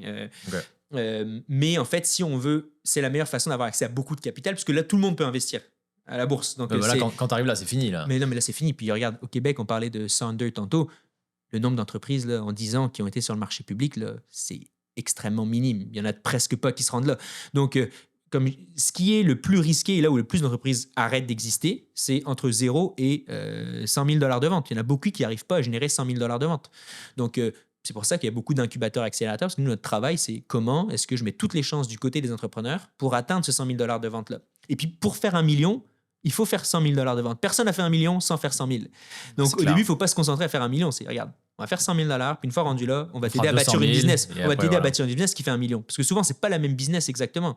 Regarde, c'est ça un peu ce que je disais tantôt. Là. Il faut se lancer en business pour apprendre c'est quoi vraiment la business que tu dois créer. C'est pas très intuitif. C'est un peu comme être, je vais avoir un bébé, là, je vais être papa. Est-ce que tu peux être prêt à être papa avant d'avoir un bébé? Tu sais, tu peux lire des bouquins, tu peux faire des entraînements, tu peux faire tout ce que tu veux, mais je pense que quand le bébé il arrive, tu prends une sacrée claque, puis tu apprends sur le dur à être papa. T'as pas le choix, être entrepreneur, c'est exactement pareil. Tu peux lire tous les trucs, faire toutes les formations, faire tout ça. Quand tu arrives dans le bureau du premier client que tu dois closer, personne t'a appris à le faire. Aucun bouquin t'a appris à être bon. Et là, t'es tout seul. Là, t'es tout seul. Faut que tu livres la marchandise. Puis au premier coup, tu vas pas être bon. C'est pas grave. Est-ce que le deuxième coup, t'es meilleur? Est-ce qu'éventuellement, tu deviens bon? Il faut devenir bon à être entrepreneur. Mes entrepreneurs, je leur dis, vous voulez rentrer dans une arène de gladiateurs, vous voulez être le meilleur gladiateur, vous n'êtes jamais battu. Vous allez rentrer dans l'arène, vous allez vous faire déchiqueter. Vous avez rien. Vous arrivez contre des gens qui sont armés, qui ont des armures, vous avez rien, vous avez vos mains, vous allez vous faire frapper dessus. Éventuellement, vous allez attraper un truc par terre, vous allez réussir à vous battre. Éventuellement, si vous avez de la chance, du talent, que vous êtes entouré des gens qui vous font confiance, que peut-être le public vous aime bien et vous applaudit et tout ça, peut-être que vous allez gagner la confiance, vous allez réussir à vous battre un petit peu mieux et éventuellement devenir un super bon gladiateur. Tu peux pas être bon gladiateur en lisant des bouquins. You gotta be Dans l'arène. dans l'arène, tu sais, faut que tu clair. t'y colles. Puis- C'est pour ça que c'est tough et que, tu sais, moi je suis prof aussi à HEC. C'est difficile d'apprendre l'entrepreneuriat sur les bancs de l'école. C'est pour ça que nous, à la base, il y a personne sur les bancs de Oui, l'école. puis HEC, c'est une école de gestion. Ça te forme à devenir gestionnaire et à rentrer dans la société pour remplir un cadre particulier de Ouais. ce qu'on t'a demandé. Et toi, tu les sors complètement de ça. Là. Exactement. Moi, je l'amène sur le terrain. Je suis comme, Théo, est-ce que c'est une bonne idée? Je suis comme, va parler à 500 personnes. Dis-moi combien de pourcents ont dit que c'est une bonne idée. Puis là, on va répondre à la question, est-ce que c'est une bonne idée? Moi, je ne sais pas si c'est une bonne idée. Donc là, ils sont comme, C'est ok, moi, clair. je pensais que tu allais me... Non, regarde, va... Oui, parce que La réponse, c'est le marché là, qui l'a. T'es en quête d'approbation aussi quand tu es entrepreneur au début, Exactement. t'as une bonne idée, t'as envie qu'on te 100%. dise mais oui c'est incroyable, 100%. vas-y, il n'y a Exactement. aucun risque. Mais non, Parce que tout le monde à la maison est comme, bonne idée, mais Jérémy, ton entreprise de chaussures volantes, c'est génial, mais vas-y, mais crois en tes rêves. Sauf que à un moment tes rêves, donné, ils coûtent cher. Ouais. ou tes rêves ils coûtent cher, ou alors tes rêves ils servent à rien. Je veux dire, moi, oui, je non, suis mais là je pour comprends, je empowered. comprends. Moi, C'est clair. on a besoin, c'est important que les gens se lancent, mais il faut être proche du terrain, il faut aller sur le terrain, puis la réponse, c'est les clients qui l'ont. Toujours, moi je dis toujours, qu'est-ce qu'ils disent les clients? Qu'est-ce qu'ils disent les clients? Est-ce que les clients sont prêts à payer pour ça? Théo, on veut développer telle ou telle fonctionnalité de notre logiciel. J'en sais rien, moi, qu'est-ce qu'ils disent les clients? Qu'est-ce qu'ils veulent les clients? Demande à tes clients. Puis, il faut créer de la valeur. Une entreprise, ça crée de la valeur. Moi, je reviens toujours là-dessus. Puis un truc super, un peu question bizarre, mais c'est quand que ça s'arrête? Parce que c'est vrai que là, t'as l'impression que c'est un peu une machine infernale. Tu fais le pre-seed, Ouais. le seed, Ouais. la série A, etc. Et des fois, bon, tu peux mourir dans l'œuf, comme ce qui est le cas de 90%, voire plus, des startups qui meurent au départ. Mais quand tu commences à être dans cet engrenage de j'ai les investisseurs derrière, on fait une round de financement, mais il faut toujours plus de cash parce qu'on a toujours besoin d'aller à l'étape d'après et tout ça. C'est quand est-ce que, par exemple, mettons à 10 millions, bah, tu dis, OK, bon, finalement, on a foiré, c'est n'importe quoi, on s'était trompé depuis le début, puis merci, à la prochaine, et là, tout le monde perd de l'argent. Tu l'as vu, ça? Comment ça se passe? Ouais, en fait, lancer une entreprise, c'est un peu comme je disais, c'est super complexe, puis il n'y a pas vraiment de cas de figure, il n'y a pas de cas de figure unique. Éventuellement, moi, je pense qu'une entreprise doit chercher la rentabilité. Une entreprise doit chercher la rentabilité. C'est la fonction d'une entreprise, c'est de générer des profits et de créer de la valeur finalement. Donc, si une entreprise arrive à créer de la valeur, éventuellement, elle devient rentable. Et ça veut dire que ça coûte moins cher d'opérer la business que ça rapporte d'argent. L'entreprise rapporte plus d'argent. Puis si ton entreprise rapporte de l'argent, elle est viable. Ça y est, tu as une business qui roule. Puis tu as plein de startups qui partent en mode startup, qui lèvent des fonds, puis qui éventuellement sont comme, regarde, peut-être que je vais pas aller en bourse, je vais pas devenir le futur Facebook, mais je peux devenir une belle PME, engager 80 personnes avec mon logiciel que j'ai développé, générer des revenus. Et ça existe. Il y a plein Tant d'entreprises. mieux, c'est le but. Donc, en fait, je dirais que si je schématise, tu as 3 cas de figure. 1, shoot for the moon, go big or go home. On veut faire un coup de circuit, on veut créer quelque chose d'énorme, on va aller en bourse. Ce qu'essaie de faire Potluck, sur lequel ils sont sur la track pour faire quelque chose d'exceptionnel. Extrêmement risqué, extrêmement difficile pour tout le monde.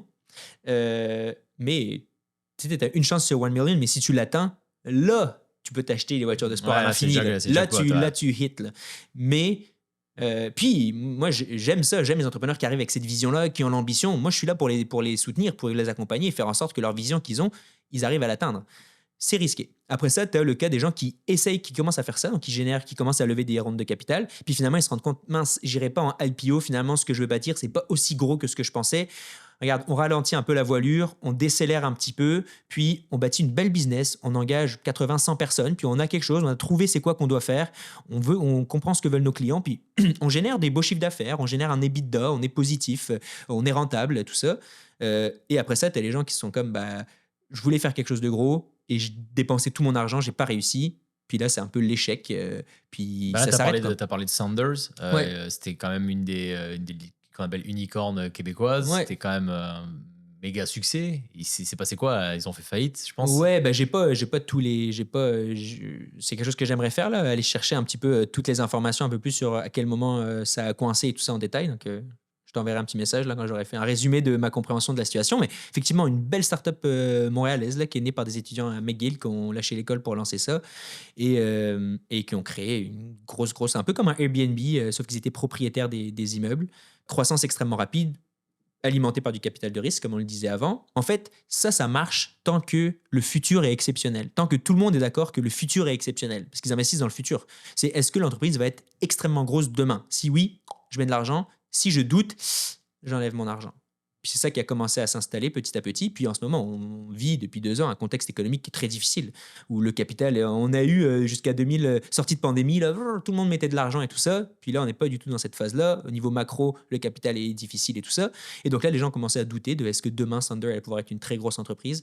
Étant donné que l'entreprise ne générait pas assez de revenus, C'est avait ça. besoin des capitaux extérieurs pour grandir, bah, ils ont dû Toujours le- mettre la clé sous la porte. Puis, C'est toujours le même problème. On retombe toujours sur est-ce que la compagnie elle génère quand même. Est-ce qu'elle est exactement. viable ou pas en fait. En fait, la meilleure façon d'être viable sur le long terme, c'est de générer de la valeur pour des gens, puis générer des T'es revenus sûr avec que ta ça. boîte elle va pas couler quoi. Au moins. Bah après ça, tu sais, il y a des entreprises qui génèrent des revenus puis qui coulent éventuellement. Imaginons que, tu vois, Walmart avant était, j'ai pas exactement les chiffres en tête, mais je sais que Walmart a une croissance exceptionnelle parce qu'ils ont fait des choses, il est très proche des clients et tout ça. Costco est arrivé, Costco répond à une partie des besoins de la clientèle de Walmart. Bah, depuis que Costco est là, il y a comme une guerre avec Costco et Walmart. C'est possible qu'éventuellement Walmart aille de moins en moins bien et éventuellement fasse faillite. Là, on n'est pas là du tout, mais donc il y a plein de raisons, c'est compliqué. Donc, Oui, puis ce qui était vrai il y a 10 ans n'est pas forcément exactement. vrai aujourd'hui. Donc une entreprise doit être continuellement en train d'innover, de s'adapter, tout ça. Mais c'est pour ça que ça reste risqué, ça reste difficile de lancer une startup. Puis après ça, quand une entreprise fait faillite, là, pourquoi les entrepreneurs créent une entreprise? C'est que tu crées une personne morale qui est distincte de toi. Donc faillite d'entreprise ne veut pas dire forcément faillite Théo personnelle. a fait faillite, ouais. Ouais, c'est ça.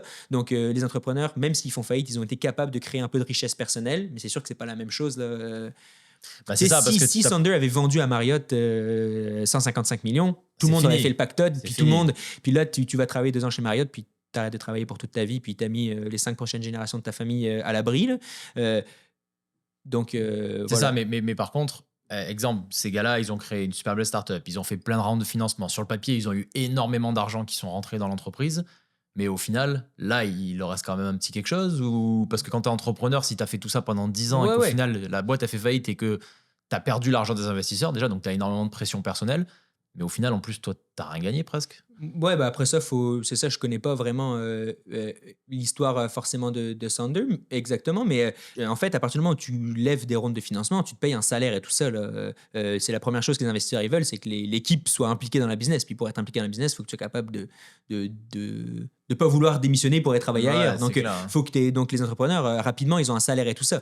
Et ils restent propriétaires d'un nombre d'actions. Donc, plus la compagnie vaut cher, plus ils ont des actions. Puis quand tu lèves des rondes de financement, tu peux vendre une partie de tes actions ça, ok. sur le marché. Donc, tu peux vendre une partie de tes actions à tes entrepreneurs. Donc, encaisser un peu d'argent au fur et à Tu mesure. te protèges un peu aussi. Tu Ouais. te protèges un petit peu aussi, tu réduis ton risque.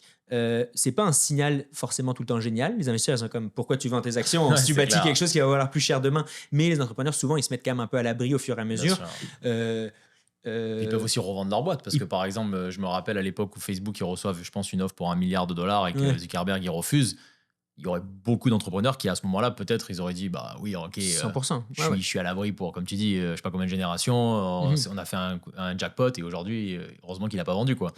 Ouais. Donc ça dépend aussi à quel point tu as envie d'avoir la vision et de rester hardcore dans ton idée quoi. Ouais, c'est comme une action à la bourse à un moment donné. C'est est-ce que ton action, tu la gardes ou est-ce que tu la vends? Est-ce que tu penses qu'elle va valoir plus cher demain ou c'est le bon moment pour vendre aujourd'hui? C'est la même chose. Puis tu vois, pendant la COVID, là, j'avais des amis entrepreneurs qui avaient des business qui avaient beaucoup, beaucoup de momentum, qui ont eu des propositions de vente, Ils l'ont qui ont pas dit fait. non, non, j'y crois. Puis aujourd'hui, ils se mordent les doigts, ils sont comme merde. Oh my god. Donc, c'est terrible. mais c'est ça. C'est la vie aussi ouais, mais tu vois, moi, je pense que, je pense que le Canada a besoin d'entrepreneurs ambitieux qui veulent créer des grosses entreprises. Moi, j'ai énormément de respect pour des gens comme les fondateurs de Thunder qui veulent créer quelque chose d'énorme et qui se donnent les moyens. Puis, je veux dire, ça a été une aventure exceptionnelle quand même, Thunder. Là, on parle de finalement, ça a fini en faillite, mais je veux dire, c'est quand même un succès au final. Ben, ça dépend mais moi je pense que ça vaut la peine qu'il y ait des gens qui veulent créer des choses comme ça parce que c'est un véhicule.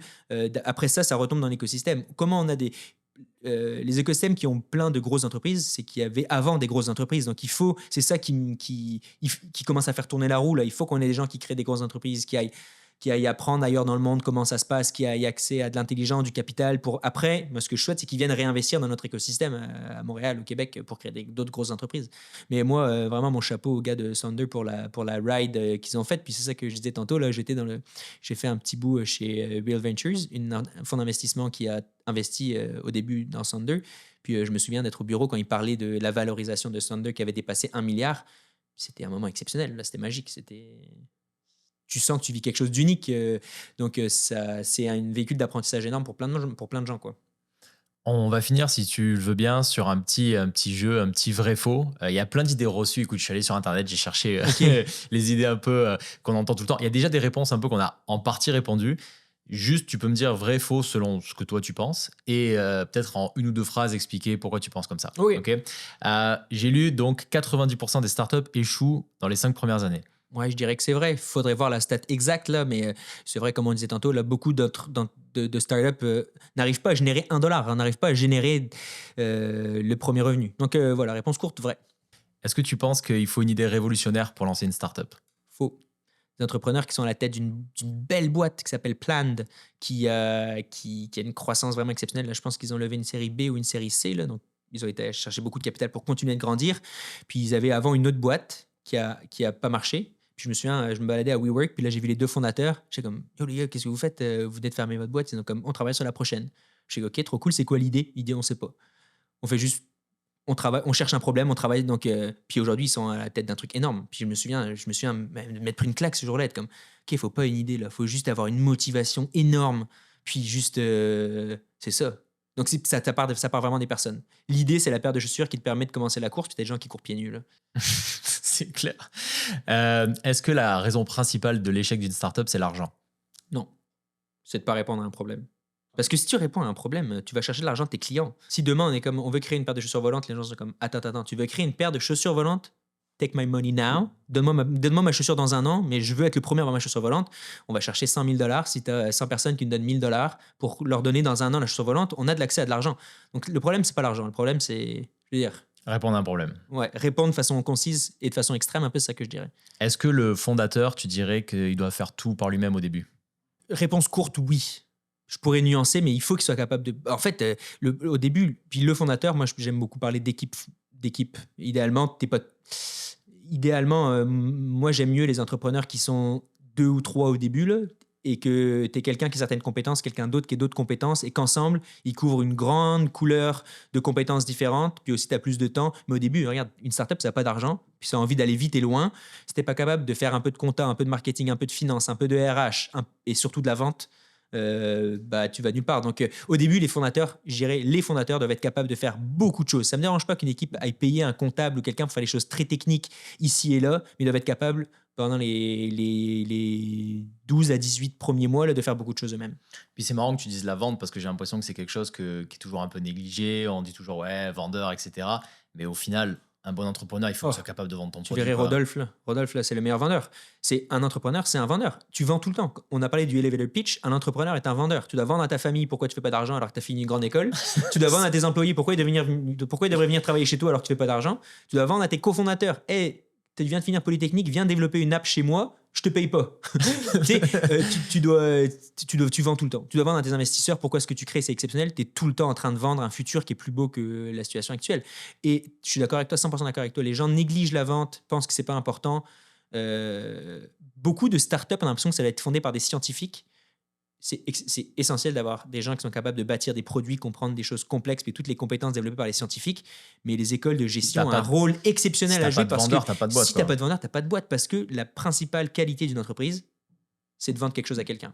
Si tu Et- fais pas ça, Et générer de l'argent. et comme tu générer dis. de l'argent. T'as pu avoir la meilleure idée, mais si personne ne la vend et que personne Exactement. n'achète ton produit, les Exactement. chaussures volantes, si c'est révolutionnaire que tout le monde les veut, mais que t'as personne qui les vend, bah c'est le même problème, quoi. 100%. Un des entrepreneurs que j'admire beaucoup en ce moment, qui a beaucoup de momentum dans l'écosystème, c'est Andrew, le fondateur de Stay22.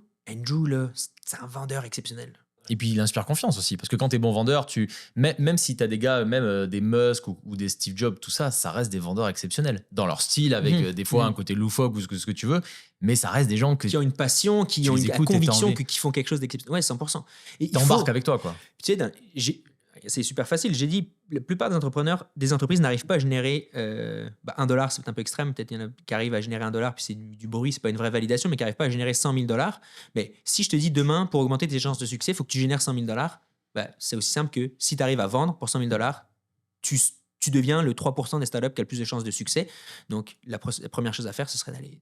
Tu sais, pour moi, le processus de vente, c'est pas juste aller toquer à des portes puis forcer quelqu'un à acheter quelque chose. Là, c'est comment je crée de l'empathie pour comprendre ce que la personne a vraiment besoin et comment je crée cette chose-là et je lui donne au bon prix. C'est tout ça la vente. Donc, Je pense que ça, c'est super important et parce que je pense que l'idée reçue des startups, c'est, on voit, comme tu dis, on voit toujours les méga valorisations, tout ça, on verra plus tard, on fait des rounds de financement et tout ça. Et peut-être qu'un des meilleurs conseils, ça serait aussi juste de commence par faire un produit que tu peux pitcher, que tu peux vendre. Et même si c'est $1 encaissé, bah, c'est $1 encaissé, ça veut dire que quelqu'un a acheté ton truc. C'est déjà une preuve que ça marche, en fait, tout 100%. simplement. Avant de faire 1 million, il faut faire $1. Si tu rentres dans un incubateur, est-ce que c'est un succès garanti? Ah non, non, non. Non, non, non, non, non. Autant. Et puis, la réciproque est vraie aussi. Si tu ne rentres pas dans un incubateur, est-ce que c'est un échec garanti? Non. Parce que c'est ça que je dis en ce moment. Moi, regarde, on a 200 très bons candidats qui ont postulé. On va en prendre 80 là-dedans. On en écoute genre sur un peu plus sur 250 dossiers, on en voit une centaine en entrevue, on en sélectionne 80. Ceux qu'on prend pas, c'est tellement le début, c'est pas parce que c'est pas bon, c'est juste qu'avec les éléments qu'on a à un instant T, on a plus confiance dans certains projets que d'autres. On se trompe souvent. Les investisseurs, puis tu travailles en investissement, tu diversifies ton portefeuille parce que tu sais qu'il y en a dedans, il y en a qui vont perdre. C'est pareil, on mise sur un certain nombre de projets, on sait qu'il y en a qui vont perdre. La majorité même. La majorité vont perdre, donc réponse facile, non. Là. Puis on a accompagné beaucoup d'entreprises dans les dernières années. La plupart ne fonctionnent plus. Puis c'est quoi, toi, le truc que tu dirais que t'entends tout le temps, qui t'insupporte un peu chez les gens qui veulent se lancer en affaires parce que c'est un peu, je sais pas, le truc qu'il faut dire tout le temps et tu te dis, ah, pourquoi tu me dis ça encore? Tout le monde te le raconte à chaque fois et ça marche jamais, quoi. Ouais, exactement. Ce qu'on se dit là, je veux créer une plateforme technologique. Ok, vous êtes 2 étudiants d'HEC, comment vous allez faire ça? Ah, on va lever du capital puis on va engager du monde. Ça, pour moi, c'est un red flag. C'est fini. Merci, bonsoir, ciao, bye.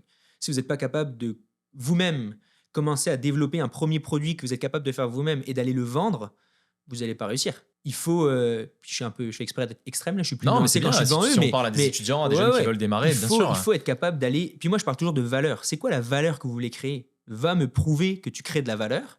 Si toi-même, tout seul, tu n'es pas capable de créer un tout petit peu de valeur, T'es mort. pourquoi je te ferais confiance? Tu sais, on dit, il y a une conférence que j'aime beaucoup qui dit comme la journée commence par faire son lit. Si tu n'es pas capable de bien faire ton lit quand tu te lèves, qu'est-ce qui me donne confiance que tu vas être capable de réaliser des tâches complexes durant la journée? On commence par les petites tâches simples. How you do anything is how you do everything. Si tu fais très bien le début, tu vas me donner confiance que tu vas être capable de faire très bien le reste. Donc, prouve-moi que toi, étudiant Moi, j'ai créé une plateforme pour vendre des billets en ligne. Là. Ma vision, c'était créer le Airbnb de vendre des billets d'événements. J'ai commencé par envoyer des courriels, aller accéder à des événements en faisant de la vente par courriel à des organisateurs d'événements. J'ai vendu ces billets sur Facebook. Les gens me faisaient des virements Interact, achetaient des billets. Zéro technologie. C'était juste moi qui grindais pour m'assurer que je créais de la valeur. La valeur, c'était d'accéder à des billets. Les vendre à des gens, c'était pas créer une plateforme technologique. C'était vendre des billets. Donc, c'est quoi la valeur qu'on crée? Comment on le fait? Puis la technologie, c'est ça, il faut le faire nous-mêmes un petit peu avant. Et puis aujourd'hui, tu as quand même, on va pas se le cacher, tu as quand même beaucoup plus d'outils pour faire du no-code, pour faire quelqu'un qui veut lancer une petite plateforme. Avec ChatGPT et tout ça, tu peux réussir. Tu n'auras peut-être pas le truc final incroyable avec tous les outils, mais tu peux avoir déjà quelque chose de base qui ressemble à quelque chose, alors qu'il y a 20 ans, si tu savais pas coder, ou même il y a 10 ans, c'était fini, quoi. Ouais. Déjà, de base, tu étais obligé d'outsource, de trouver quelqu'un d'autre et tout ça. Donc aujourd'hui, l'excuse, comme il dit Orelsan, si tu veux faire des films, tu as juste besoin d'un truc qui filme. Exactement. C'est vraiment ça. Là, 100%. tu peux vraiment aujourd'hui faire des trucs par toi-même et arriver déjà avec quelque chose qui est présentable, quoi. Tout à fait. Puis tu vois, nous, la première chose qu'on a découvert là, en 2015, qu'on a lancé, c'était Shopify. Shopify, c'était exceptionnel. Pour $20 par mois, tu crées ta plateforme technologique. Donc là, on paye $20 par mois. Puis à la base, c'était un e-commerce pour que les gens puissent vendre des t-shirts, des casquettes et tout. Nous, on vendait des billets d'événements là-dessus. C'était pas fait pour nous. On a vendu des milliers de billets sur Shopify. Puis on a mis $0 en investissement technologique, $20 par mois. Donc Shopify, aujourd'hui, by the way, c'est une des plus grosses. En fait, c'est première ou deuxième, suivant le cours de la bourse, plus grosse entreprise canadienne.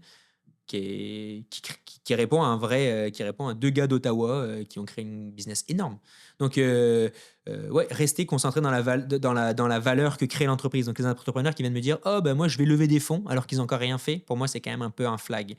Puis on envoie des entrepreneurs puis le pire c'est quand ils arrivent à lever beaucoup de fonds dès le début. Un exemple d'une entreprise qui a levé 3 millions pour 50% de la compagnie. Parce que si tu lèves très tôt, tu laisses beaucoup de parts de ta compagnie sur la table. Bah ouais. Donc 3 millions pour 50%, ça veut dire que déjà, tu as quelqu'un qui a autant de pouvoir que toi dans la business. Pas bon. Et tu as 3 millions, mais tu sais pas quoi faire avec. En gros, c'est ça, parce que tu as un plan, mais tu sais pas si c'est ça que veulent les clients. Donc, on crée de la valeur, puis on lève de plus en plus d'argent pour accélérer. Étape par étape. Un peu comme on a décrit tantôt avec pas notre brûler les étapes. Ouais. Et dernier petit point un peu sur l'intelligence artificielle. Est-ce que tu penses qu'avec tout ce qui se passe avec l'IA, les nouveaux trucs et tout ça, est-ce que tu penses que, je sais que c'est difficile comme question, mais est-ce que tu penses que d'ici 5 ans, 10 ans, le monde des startups va complètement être révolutionné? Et est-ce qu'il y aura toujours autant besoin d'humains pour des nouvelles idées que ce qu'on vit en ce moment? C'est sûr que ça change la façon dont on lance des startups. Tu sais, j'utilise le mot startup plus qu'entreprise. Ça change la façon dont on crée des startups. Si tu veux lancer un salon de coiffure demain, l'intelligence artificielle t'aide un petit peu, mais tu sais, tu vas avoir besoin de t'asseoir, de couper des cheveux. Là. C'est clair. Versus lancer une startup, ça peut vraiment Mais je dis changer. ça plus pour le côté tech, en Ouais, fait. ouais. C'est sûr que ça change déjà la façon dont on lance une startup. Après, je suis toujours nuancé. Là, c'est... Internet a changé la façon dont on faisait de l'entreprise. L'IA change la façon. Je le vois un peu comme l'arrivée d'Internet, là, de l'arrivée d'un nouvel outil pour faire les choses différemment. Je pense un peu plus vite, plus efficacement. Mais pour moi, on a besoin des. Moi, les meilleurs entrepreneurs que je vois, c'est les gens qui sont obsédés par le problème des gens qui veulent aider et qui vendent comme des malades. Ça, avant que l'IA ait faire du porte-à-porte ou fasse des cold calls pour vendre ta valeur, on n'est pas encore exactement là. Éventuellement, il y a des solutions qui existent déjà ou qui vont exister. Mais pour moi, c'est important de créer cette intelligence-là. Donc, on est encore. Bah, je fais attention à ce que je dis parce que ça bouge super vite, mais pour moi, l'humain reste central dans ce processus-là. Et est-ce que, dernière petite chose, est-ce qu'en 2026, tu conseillerais quelqu'un de se lancer? Est-ce que c'est trop tard? Est-ce que c'est plus facile, plus difficile? Non, non, Ça serait quoi ton conseil? ah ouais, 100%, 100%. Puis je pense qu'en étant jeune, c'est un super bon. Tu vois, moi, j'ai lancé ma business quand j'étais étudiant à HEC. Je le referais. Je le referais. Parce que tu sais, tu es prêt à sacrifier un rythme de vie. Tu sais, t'as pas vraiment d'hypothèque, t'as pas forcément encore d'enfant. Tu es prêt à vivre avec moins d'argent à court terme, mais tu te donnes la chance de peut-être, dans un futur moyen proche, avoir accès à beaucoup de capital et tout ça. Puis c'est aussi que c'est un processus d'apprentissage qui est exceptionnel. Tu apprends tellement vite et tout. Donc, il faut. Moi, j'encourage les gens à lancer des entreprises parce que je trouve que le processus est génial. Et je pense que c'est plus facile. Ben, c'est pas plus facile, mais la barrière à l'entrée est plus basse. Tu vois, il y a quelques années, tu veux ouvrir un salon de coiffure, tu as besoin d'investissement. Tu as besoin d'argent pour louer un local, pour acheter des équipements et tout. Tu veux lancer une plateforme tech, aujourd'hui, tu as besoin de temps. Tu as besoin de temps, si tu es capable d'aller pitcher à Polytechnique, d'avoir quelqu'un qui est sharp et qui est prêt à régler le même problème que toi. Vous êtes capable à deux, en 6 mois, de développer une première version de produit. Même je dis 6 mois, ça pourrait être en un week-end, ça dépend. Là. Une première version de produit, d'aller la vendre à des gens. Donc, c'est clair que la barrière à l'entrée a diminué depuis l'arrivée de l'intelligence artificielle et de la technologie. 2026, c'est un très bon moment pour lancer une business. Merci beaucoup Théo, ça me fait vraiment plaisir de t'avoir accueilli là-dessus. J'espère qu'on a couvert à peu près Ah ouais, on a pas passé mal plein de choses. l'écosystème. Et puis c'est trop intéressant d'avoir ton feedback parce que tu es dedans, tu navigues tous les jours à l'intérieur. Et surtout, ce qui est cool, je trouve, c'est que tu vois différents entrepreneurs qui ont déjà différentes idées. Donc, tu n'es pas focus que sur ta boîte à toi avec ta vision. Tu vois un peu tout l'écosystème et tu vois les différentes étapes. Tu vois le gars qui arrive avec l'idée, tu vois les étudiants, tu vois des gens qui sont à leur troisième, quatrième, cinquième startup et tu vois globalement comment ça marche pour pouvoir donner du conseil. Donc, si jamais on veut te retrouver, c'est quoi les prochaines étapes pour la base entrepreneuriale d'HEC? Est-ce que vous prenez des nouvelles personnes en 2026? Quelqu'un qui voudrait commencer avec toi, ça se passerait comment? Ouais, bah, merci. La base, en fait, l'accompagnement, comme j'ai dit, commence en janvier et termine en juin. Donc, on accompagne de façon intensive un groupe d'entrepreneurs de janvier à juin. Donc là, malheureusement, là, pour 2026, c'est un petit peu tard, mais le recrutement commence en septembre. Donc, en septembre, on recrute les entreprises pour 2027. Mais il y a plein de choses que vous pouvez faire là. Si vous suivez un petit peu les premiers gros blocs, qui vous êtes, c'est quoi le problème que vous voulez régler, c'est quoi la solution qui répond à ce problème-là, qui est en adéquation avec qui vous êtes. Si vous faites ces premiers chemins-là de maintenant, là, après avoir écouté ce podcast-là, vous allez être prêt à rejoindre la base entrepreneuriale en 2027. Puis après ça, vous allez vraiment faire décoller votre entreprise. Puis idéalement, passer de quelques centaines, milliers de chiffres d'affaires à le fameux 100 000 $ de chiffre d'affaires à la fin de l'année pour l'année d'après faire un parcours d'accélération. Puis Super. Bah écoutez, merci beaucoup d'avoir suivi cet épisode. J'espère que vous a plu. J'espère que vous avez appris des choses. En tout cas, je pense que nous, on a bien aimé ça. On a parlé de plein de trucs et on a démystifié un petit peu pour ceux qui aimeraient se lancer ou ceux qui sont juste curieux d'apprendre un peu plus comment cet écosystème des startups ça fonctionne. On mettra les liens de la base. Je suppose qu'il y a des sites internet sur lesquels les gens peuvent s'inscrire ou pour faire justement les premières étapes, pour vous rencontrer et parler avec vous pour voir si on peut rejoindre l'aventure. Donc, on vous mettra tout ça dans la description. Puis, moi, je remercie Théo et je vous dis à très bientôt pour un prochain épisode. merci beaucoup.